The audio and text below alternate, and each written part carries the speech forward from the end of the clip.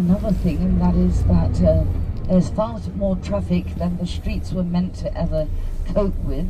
So just so that you know, Potsdam is the capital, or the capital of the federal state of Brandenburg, and over 230,000 people live here, just so that you know. Anyway, back to the soldiers living with the people.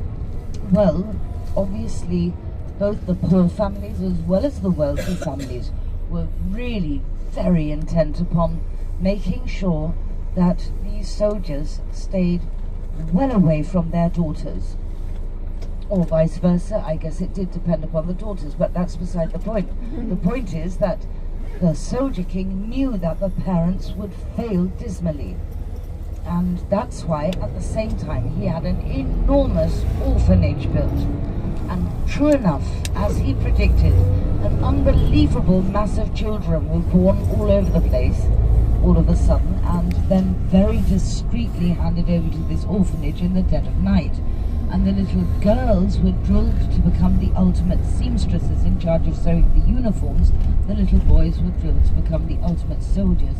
And so it was very cool, but worked out. Here to the right, now in a gate, the last one of these existing city gates, and this here to the right is the most wonderful culture shock, because all of a sudden it feels as if we're somewhere in Holland, because these are the Dutch quarters here to the right.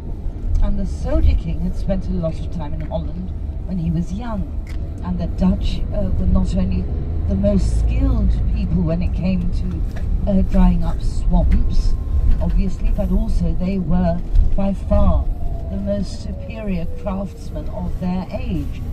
And therefore, the Soldier King had the Dutch quarters built and then started to invite these Dutch craftsmen not only to dry up the swamp, but also to share their remarkable skills with the rather unfortunate skills of the local craftsmen. So that's what the Dutch quarters arose from. Sorry, there's the worst radar trap of all.